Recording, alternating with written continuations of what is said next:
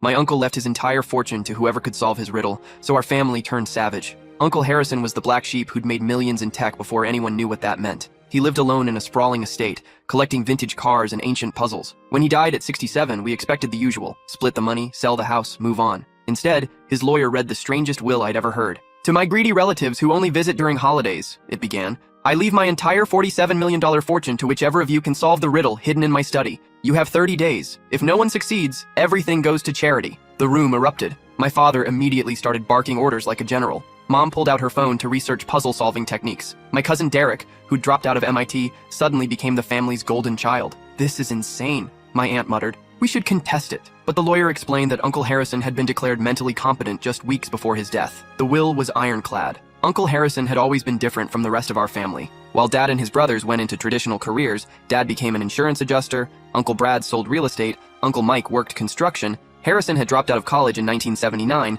to write software for companies that barely understood what computers could do. Everyone thought he was throwing his life away. "He's living in a fantasy," I'd heard my grandfather say more than once. "Programming isn't a real job." But Uncle Harrison had seen something others missed. By 1985, he was consulting for Fortune 500 companies. By 1990, he'd sold his first software company for $3 million. He'd sold 2 more companies by 2000, each for increasingly absurd amounts of money. The family had gone from pitying him to being vaguely resentful of his success. The irony was that Uncle Harrison had tried to share his wealth over the years. He'd offered to pay for Derek's education when he dropped out of MIT. He'd given my parents a down payment for their house when Dad lost his job in 2008. He'd quietly paid medical bills for family members who couldn't afford them. But he'd done it all discreetly, never making anyone feel like charity cases. What people didn't know was how lonely his success had made him. I'd figured this out during our last conversation, 6 months before he died. He'd called to congratulate me on my college graduation, and somehow we'd ended up talking for 3 hours about everything except my degree. "Do you know why I never married?" he'd asked suddenly. "You never met the right person?" "I met several right people, but I could never tell if they loved me or loved what I could buy them." His voice had been sad, tired. "Money changes everything, kiddo, even when people don't mean for it to." That first day, we all played nice. We toured his study together, a room filled with thousands of books, antique globes, and display cases of mechanical puzzles. On his massive oak desk sat a single note: "Where shadows dance but never tire, and words hold power none require, the answer waits where stories sleep, but only one may take and keep." "It's obviously about the library," Derek announced confidently. "Shadows dance between the books. Words hold power." "No," Dad interrupted. "It's about the basement. That's where the shadows would dance with the lighting." My cousin Tommy, barely 18 and just starting college, raised his hand tentatively. "What if it's not metaphorical? What if there are actual shadows dancing somewhere?" The adults looked at him like he'd suggested we consult a magic 8-ball. Tommy had always been the quiet one in our family, more interested in art than business, more observer than participant. But Uncle Harrison had always made time for him, encouraging his painting and asking about his latest projects. "That's actually not a bad thought," I said, but Derek was already explaining why Tommy's interpretation was naive. By day 3, the politeness cracked. I caught Derek sneaking into the house at 2 a.m. with a metal detector. Mom had enlisted a team of literature professors to analyze every book. Dad hired a construction crew to check for hidden compartments. What I hadn't mentioned was how quickly the house itself became a war zone. Family members had claimed territories like rival gangs. Derek had set up a command center in the dining room, complete with whiteboards covered in cryptographic analysis and timeline charts. Mom and Aunt Linda had taken over the living room, spreading research materials across every surface. Dad and Uncle Brad had commandeered the kitchen, using it as a staging area for their increasingly destructive search methods. The worst part was watching Uncle Harrison's carefully maintained home get systematically destroyed. He'd spent decades collecting beautiful things: antique furniture, rare books, delicate art pieces. Within a week, family members were moving everything without permission, searching for hidden compartments that probably didn't exist. I found my cousin Emma, Tommy's older sister, carefully cutting open the binding of a first-edition Dickens novel. "Emma, what are you doing?" She looked up, utility knife in hand. "Checking for hidden pages. This book is worth $15,000. Perfect place to hide something important. You're destroying it. It'll be worth a lot more than $15,000 if there's a clue inside." She went back to her methodical destruction. "Besides, once we find the answer, we can afford to replace it." Emma had always been practical to a fault, the cousin who balanced checkbooks at family gatherings and reminded everyone about tax deadlines. But watching her slice apart Uncle Harrison's beloved books felt like watching someone desecrate a grave. My cousin Jessica, who'd been sweet at the funeral, accused me of stealing her research notebook. "I saw you photographing my notes," she hissed. "I was taking pictures of the riddle," I shot back. "Liar. You always were jealous that I got better grades." The accusation stung because it wasn't entirely wrong. Jessica had always been the golden child, valedictorian, full scholarship to Northwestern, law degree from Harvard. But what hurt more was the implication that I'd stooped to theft over money. That's when I realized this wasn't about money anymore. This was unleashing every buried resentment our family had ever harbored. Mom and Dad stopped speaking after he caught her secretly meeting with a puzzle expert she'd found online. "We agreed to work together," he said coldly. "You agreed," she replied. "I never did." The expert Mom had hired was Dr. Elizabeth Chen, a linguistics professor who specialized in riddles and wordplay. She charged $200 an hour and had a 73% success rate with complex puzzles. What Mom didn't know was that Dad had hired the same woman the previous day, creating an ethical conflict that Dr. Chen resolved by refusing to work with either of them. My teenage sister started charging family members $20 to search her room, claiming she might have hidden clues there. My grandmother changed the locks on her house, convinced someone would break in to torture Uncle Harrison's secrets out of her. Grandma Betty was 91 and had been Uncle Harrison's favorite relative. He'd called her every Sunday for 40 years, visited her twice a week, and handled all her finances since Grandpa died. If anyone had inside information about the riddle, it would be her. But when family members started showing up at her retirement community with flowers and desperate questions, she'd panicked and called security. "They're acting like vultures," she told me during one of my visits. Harrison always said this family would show its true colors if money was involved. I thought he was being cynical. Week 2 brought private investigators, professional code breakers, and a woman who claimed she could communicate with Uncle Harrison's spirit for $500 an hour. The psychic was named Madame Zelda, and she operated out of a strip mall between a nail salon and a Pizza Hut. Aunt Linda had found her through an online directory of spiritual consultants. For $500, Madame Zelda promised to contact Uncle Harrison's spirit and ask him directly about the riddle's solution. I wasn't there for the session, but according to Tommy, it was simultaneously hilarious and depressing. Madame Zelda had channeled Uncle Harrison's spirit, who apparently spoke in vague platitudes about looking within yourself and following your heart. When pressed for specific clues, the spirit had become evasive, suggesting the family needed to heal their relationships before the money could be revealed. It was obvious bullshit, Tommy told me later, but Aunt Linda was taking notes like it was a college lecture. Derek hired 3 graduate students to work in shifts, analyzing every word Uncle Harrison had ever written. Dad bought industrial scanning equipment to x-ray the walls. Mom started a spreadsheet tracking everyone's movements, convinced someone had already found the answer and was hiding it. The graduate students were fascinating to watch. They'd set up a digital humanities lab in Uncle Harrison's garage, scanning and analyzing thousands of pages of his personal writings. They'd found patterns in his word choices, tracked his evolving interests over decades, and created visualizations of his intellectual development. It was probably the most sophisticated literary analysis Uncle Harrison's writing had ever received, but they'd also missed the point entirely. They were treating Uncle Harrison like a historical figure to be decoded, rather than a person who'd loved puzzles for their elegance and simplicity. The breaking point came when I found my own sister rifling through my backpack. "Looking for something?"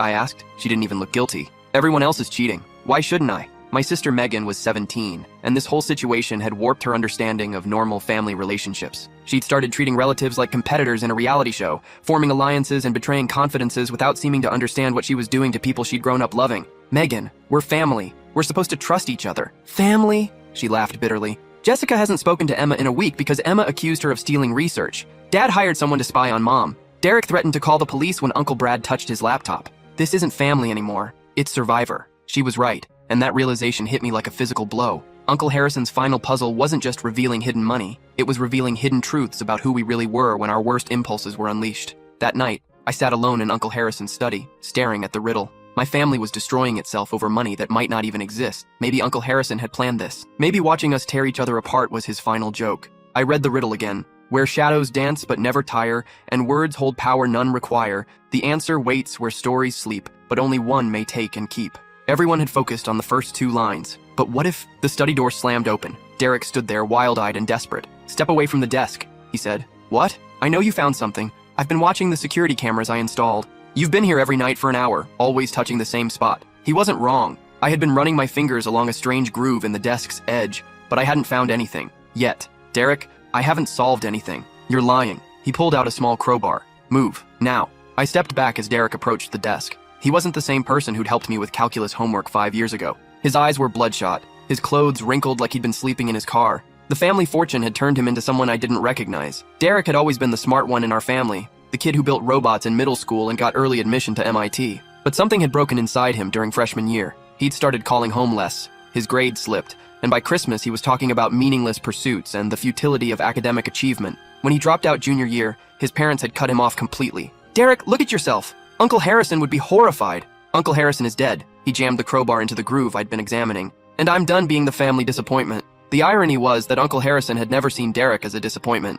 At family gatherings, he'd pull Derek aside to discuss programming languages and emerging technologies. When Derek dropped out, Uncle Harrison was the only one who didn't lecture him about wasted potential. "You know he offered you a job," I said, watching Derek destroy the beautiful woodwork. 3 different times. You never even returned his calls." Derek paused mid-swing. "He told you about that." "He told everyone. He said you had the best intuitive understanding of complex systems he'd ever seen." I gestured at the destruction around us. "This isn't what he wanted for you." "You don't know what he wanted." Derek resumed his attack on the desk. Nobody knew what he wanted. That's why we're all here destroying each other for riddles and money. Wood splintered as he pried at each panel. Nothing. Just solid oak underneath. After 20 minutes of systematic destruction, he threw the crowbar across the room. It shattered a glass display case filled with antique chess sets, sending ivory pieces scattering across the Persian rug. "This is your fault," he snarled. "If you'd just shared what you found." "I didn't find anything." But Derek was already storming out, probably to update whatever twisted alliance he'd formed with other family members. I'd learned about the alliances by accident, overhearing phone calls, catching whispered conversations. Dad and Uncle Brad had teamed up,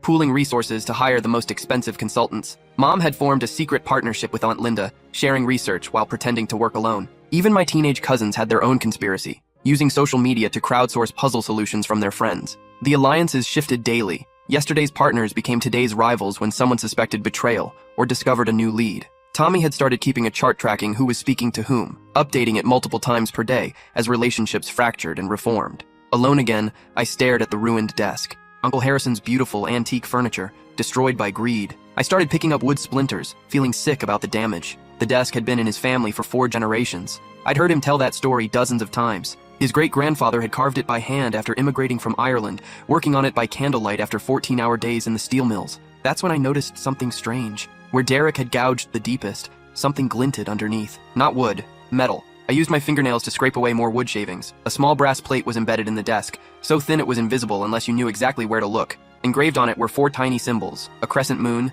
an open book, a key, and an hourglass. My heart raced. This had to be part of the riddle. But I heard footsteps in the hallway. I quickly scattered wood chips over the brass plate and pretended to clean up Derek's mess. Uncle Harrison had always said the best hiding places were ones people would walk past every day without noticing. He'd been right. Mom appeared in the doorway, took one look at the destruction, and sighed. Let me guess, Derek had another breakthrough. Something like that. She stepped carefully around the broken glass, her heels crunching on chess pieces. Mom had always been the practical one in our family, the accountant who balanced everyone's books and remembered everyone's birthdays. But the past 2 weeks had changed her. She'd started wearing Uncle Harrison's reading glasses, convinced they might help her see clues others had missed. She'd reorganized his entire library using 3 different classification systems. She'd even hired a handwriting expert to analyze his personal notes for hidden meanings. "You know, your uncle always said the best puzzles hide in plain sight," she said, touching the spine of a leather-bound book. "What do you mean? When you were little, you two would play those treasure hunt games. He'd leave clues that seemed impossible until you stopped overthinking them." She paused at the astronomy section, running her fingers along the titles. "He used to say the answer was always simpler than people made it." I remembered those treasure hunts vividly now. Uncle Harrison would spend hours setting them up, hiding clues throughout his house while I waited impatiently outside. The final prize was always something small but meaningful. A rare coin, a vintage puzzle, once a first edition of my favorite book. But the real joy was in the solving, the moment when all the pieces clicked together and revealed something beautiful. "Mom, do you remember the last treasure hunt he made for me?" She smiled sadly. "Your 16th birthday. He hid clues in his favorite books, and the final answer was written in invisible ink. You needed to hold the paper near the fireplace to read it. What did it say? 'The greatest treasure is time spent with people who understand you.'" She wiped her eyes. He was right, you know. I miss those family gatherings when we all actually talked to each other instead of scheming about money. After Mom left, I covered the door with a chair and returned to the brass plate. 4 symbols. The riddle mentioned where stories sleep. Definitely books. But which books? There were thousands in this room, organized by subject, author, and publication date, across floor-to-ceiling shelves that required a rolling ladder to access the highest sections. Uncle Harrison had been obsessive about his library. He'd spent decades collecting first editions, rare manuscripts, and books in languages most people had never heard of. Each book had its place, and he'd know immediately if something was moved even an inch. As kids, we'd been afraid to touch anything, certain we'd disturb some cosmic order he'd spent years perfecting. I spent the next hour examining every book with a crescent moon, key, or hourglass on the spine or cover. I found astronomy textbooks with moon imagery, locksmith manuals with key illustrations, philosophy books about time with hourglass symbols, but nothing felt right. Nothing connected to the riddle or to Uncle Harrison personally. Then I noticed Uncle Harrison's personal journal collection on the highest shelf, books he'd written in, not just read. These weren't part of his organized library. They were scattered across the top shelf like an afterthought, leather-bound volumes in various sizes and colors. Using the rolling ladder, I climbed up and found his dream journal from 1987. On the cover, drawn in his careful handwriting, was a tiny crescent moon. I'd seen him sketch in this journal during family vacations, recording dreams he found particularly vivid or meaningful. Inside the front cover, he'd written, "Dreams are where stories sleep." My pulse quickened. I searched through more journals and found his language study notebook from his year abroad in graduate school. It had a small key drawn on the spine. Inside, "Language is the key to all knowledge." The book with an hourglass was his autobiography, never published, filled with memories from his childhood through his early business success. Inside, "Time reveals all secrets." But what about the open book symbol? I searched for 20 minutes, checking every journal, every notebook, every volume he'd personally annotated. Nothing matched the fourth symbol. Then I realized it wasn't a book I needed to find. It was a book I needed to open, or maybe something that opened like a book. I climbed back up and examined the bookshelf itself more carefully. Uncle Harrison had designed much of this room personally, working with craftsmen to create custom shelving and hidden storage. Behind where the 3 journals had been sitting was a small carved symbol, an open book. I pressed it. Click. A section of the bookshelf swung inward on hidden hinges, revealing a space the size of a walk-in closet. The hidden chamber was lit by a single overhead bulb and contained another desk, much smaller than the destroyed one in the main study. The walls were covered with photographs, family pictures going back decades, including many of me and Uncle Harrison working on puzzles together. On the desk was a single drawer with an old-fashioned keyhole. Taped to the top was a small brass key, the same key Derek had tried to steal from Uncle Harrison's safe during the funeral reception, not knowing what it unlocked. Inside the drawer was a manila envelope and a letter in Uncle Harrison's careful handwriting. Congratulations, you solved the riddle not through brute force or expensive consultants, but by remembering who I really was. You understood that this was never about cryptography or hidden compartments, it was about knowing the person behind the puzzle. The envelope contains account information for a trust I established 6 months ago. The money is yours, but there are conditions. Read them carefully before deciding whether to accept. My hands shook as I opened the envelope and read the conditions. You must use $1 million to establish college funds for every child in our family under 18. You must donate $5 million to literacy programs within 1 year. You may keep the remaining $41 million, but only if you sign a document promising never to speak to any family member who damaged my house during this search. If you refuse any condition, everything goes to charity and you get nothing. You have 24 hours to decide. I sat in that hidden chamber for an hour, thinking about my family downstairs and scattered across the city. Dad, who'd been calling me daily since the will reading, suddenly interested in my life after years of barely acknowledging my existence. Mom, who'd stopped working to focus on our puzzle, spending money we didn't have on experts and equipment. Derek, who'd just destroyed priceless furniture in his desperation to prove he wasn't a failure. But there were others too. My cousin Tommy, only 15, who'd started selling his baseball card collection to help his parents hire puzzle consultants. My Aunt Linda's twin daughters, both sophomores in college, who dropped out for the semester to focus on the riddle full-time. My cousin Brad Jr., who'd taken unpaid leave from his job as a paramedic, convinced this was his family's ticket to financial security. They weren't bad people, but they'd become strangers, consumed by the possibility of instant wealth and blinded by their own desperation. I heard shouting from downstairs, then breaking glass, more shouting. The sounds echoed through the house. Uncle Harrison's peaceful sanctuary turned into a battleground. When I finally climbed down from the hidden chamber, carefully closing the secret door behind me, I found chaos in the kitchen. Dad and Derek were in a screaming match while Mom cried at the table. My Aunt Linda was on her phone with someone, probably her lawyer. Uncle Brad paced by the windows, gesticulating wildly as he talked to Derek's hired graduate students. Emma sat in the corner, still methodically destroying books, now working on a collection of poetry that Uncle Harrison had annotated by hand. Tommy stood by the back door, looking like he wanted to escape. Jessica was nowhere to be seen, probably at her hotel researching legal precedents for contesting wills. I know one of you found something, Dad was yelling. The timeline doesn't add up. Someone's been lying for days. Maybe because you hired people to follow us, Derek shot back. I've seen your investigator's car parked outside my apartment. You're paranoid, Uncle Brad interjected. Just because you're losing doesn't mean everyone else is cheating. I'm not losing anything, Derek snarled. I'm the only one here with actual technical knowledge. If anyone's going to solve this, it's me. Really? Said Jessica, who just walked in with coffee and a smugness that made my skin crawl. Because my literature professors found 17 different possible interpretations of the riddle, and none of them point to anything you've been working on. Your professors don't know Uncle Harrison, I said quietly. They ignored me. Stop. Everyone turned. I held up the envelope. I found it. The room went dead silent. Where? Derek demanded, his voice hoarse from shouting. Hidden chamber behind the bookshelf, triggered by symbols I found embedded in his desk. Dad stepped forward, his face flushed with anger and hope. What does it say? How much do we each get? We don't get anything, I said. I do. The explosion was immediate. Derek lunged toward me, but Dad grabbed him. Mom started hyperventilating. My aunt began shouting about contesting the will again. Uncle Brad demanded to see the documents. Jessica accused me of forging everything. Through the chaos, I heard my phone buzzing. Text messages from family members who weren't even here, cousins from out of state who'd heard the news, Uncle Harrison's elderly sister demanding updates, my brother who was deployed overseas but somehow monitoring the situation through social media. But, I continued when the shouting died down, there are conditions. I read them Uncle Harrison's requirements. The room fell silent again, as they processed what this meant. So you have to choose, Mom said slowly, wiping her tears. The money or us? I looked around at my family. Derek with his bloodshot eyes and desperate edge. Dad with his clenched fists and barely controlled rage. Mom with her mascara running and her hands shaking. These people who'd spent 3 weeks lying to each other, stealing from each other,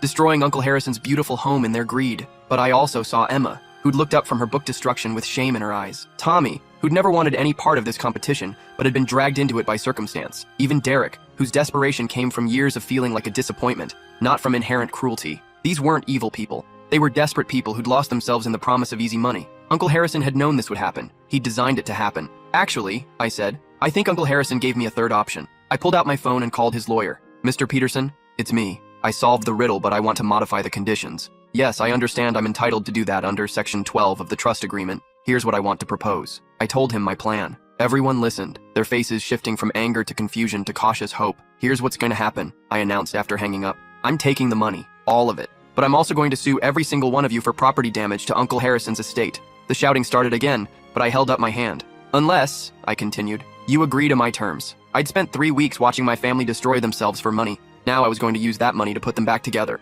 First, everyone apologizes to everyone else. Not fake apologies, real ones. Derek, you apologize to Uncle Harrison's memory for destroying his furniture. Dad, you apologize to Mom for hiring someone to spy on her. Mom, you apologize to all of us for lying about working alone. Everyone apologizes for what they've said and done these past 3 weeks. They looked skeptical, but desperate enough to nod. Second, we're having family dinners again. Real ones. Every Sunday for the next year. No phones, no business talk, no mention of money or inheritance or who deserves what. And if we refuse? My aunt asked, her voice carefully controlled. Then I keep Uncle Harrison's original conditions. I take the money and never speak to any of you again. And I pursue maximum damages for the destruction of his property. The room was quiet for a long time. Through the windows, I could see Uncle Harrison's garden where we'd played as children, now trampled by construction crews looking for buried clues. Derek was the first to speak. I'm sorry, he said, looking directly at me. I threatened you with a crowbar over money that wasn't even mine. That's not who I want to be. His voice cracked on the last words. This was the cousin who'd taught me chess, who'd patiently explained mathematical concepts when I struggled with homework,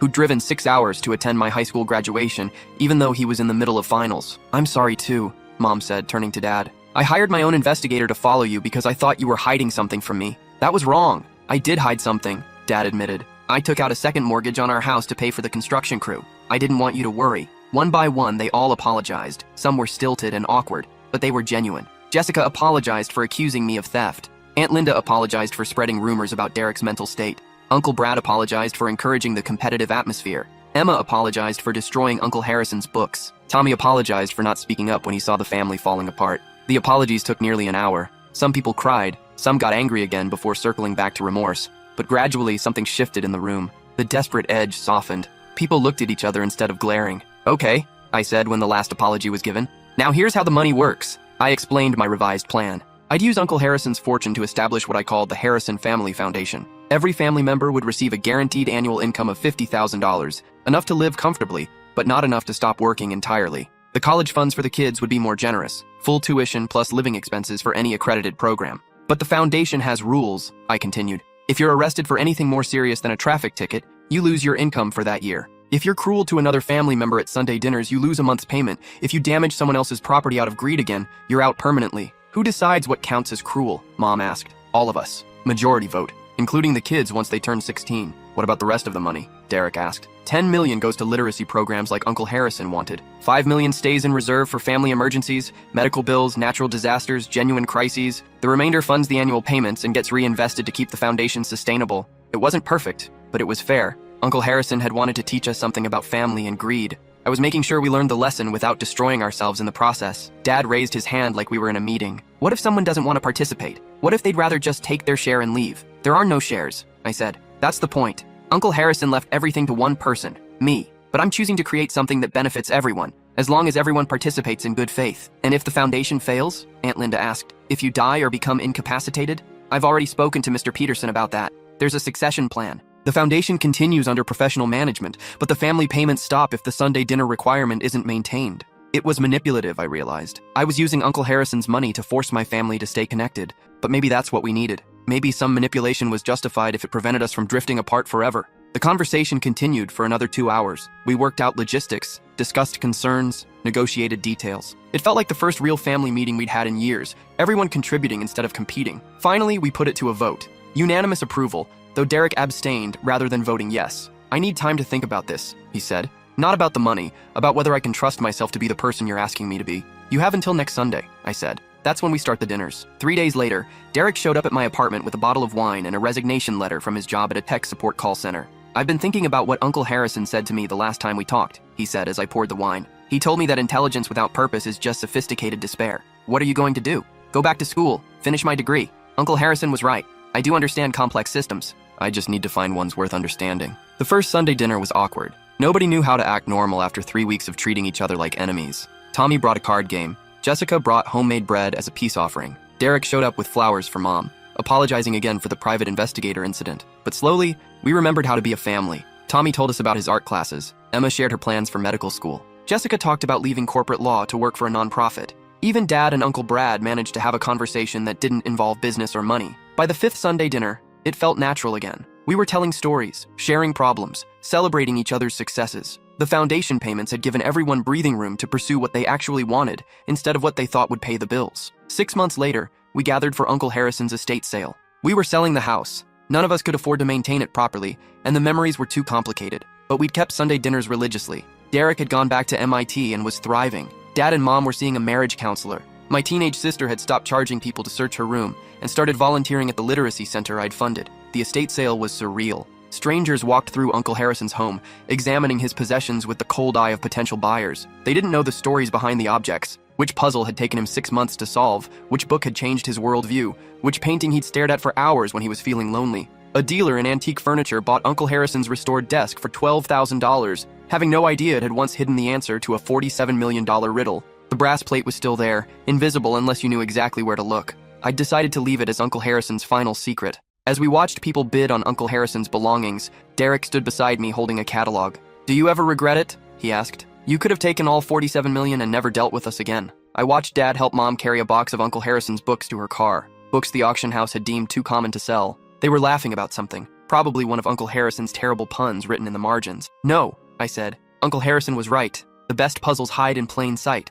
"What do you mean?" "The real riddle wasn't about finding hidden money. It was about finding a way to keep our family together despite the money." Derek smiled. The first genuine smile I'd seen from him since before he dropped out of college. He would have liked that interpretation. "Yeah," I agreed. He really would have. As we drove away from the estate for the last time, I thought about Uncle Harrison's final lesson. He'd shown us who we really were when faced with sudden wealth, petty, desperate, willing to betray each other for money. Then he'd given us a chance to choose who we wanted to be going forward. We'd chosen each other, even when it would have been easier to walk away. That was worth more than $47 million, but the monthly foundation payments didn't hurt either. A year later, at our 52nd consecutive Sunday dinner, Derek announced he'd been accepted into a PhD program studying artificial intelligence ethics. "I want to work on systems that help people instead of replacing them," he said. Mom had started a small accounting firm specializing in nonprofit organizations. Dad was teaching carpentry classes at the community center. My sister was planning to study library science. Everyone had found something meaningful to do with their guaranteed income. "You know what I realized?" Mom said as we cleared the dishes. "Uncle Harrison didn't just leave us money.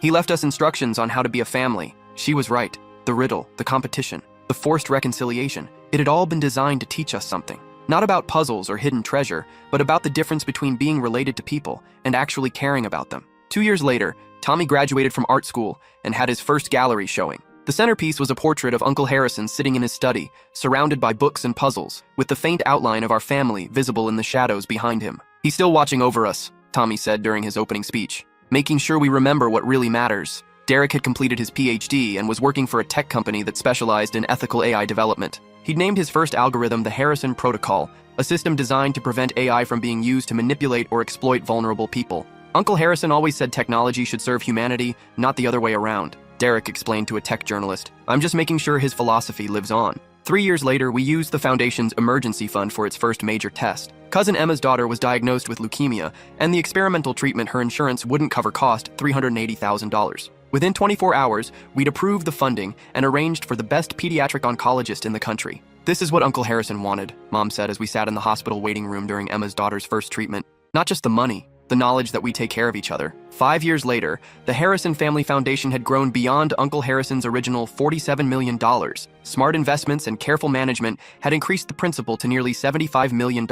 We'd funded 12 college educations, 3 startup businesses, 1 documentary film, and countless smaller dreams that family members might never have pursued without the financial safety net. But the most important measurement wasn't financial. It was the fact that we'd never missed a Sunday dinner. 260 consecutive weeks of family time, through holidays and vacations and personal crises and professional triumphs. "Remember when we almost destroyed each other over money?" Jessica said during our 5th anniversary dinner. I prefer to remember how we saved each other with it, I replied. Derek raised his glass. To Uncle Harrison, who knew us better than we knew ourselves. To Uncle Harrison, we all echoed. I still had the original letter from Uncle Harrison, the one explaining his conditions, but I'd never signed the document promising to cut off family members who damaged his house. I'd found a better way to honor his memory. Sometimes, late at night in my apartment, I'd read the letter again and imagine Uncle Harrison chuckling at how his final puzzle had turned out. He'd wanted to know if we could choose love over money, cooperation over competition, forgiveness over resentment. We'd passed his test, and we'd all won the prize. The real treasure, as Uncle Harrison had written in that invisible ink message years ago,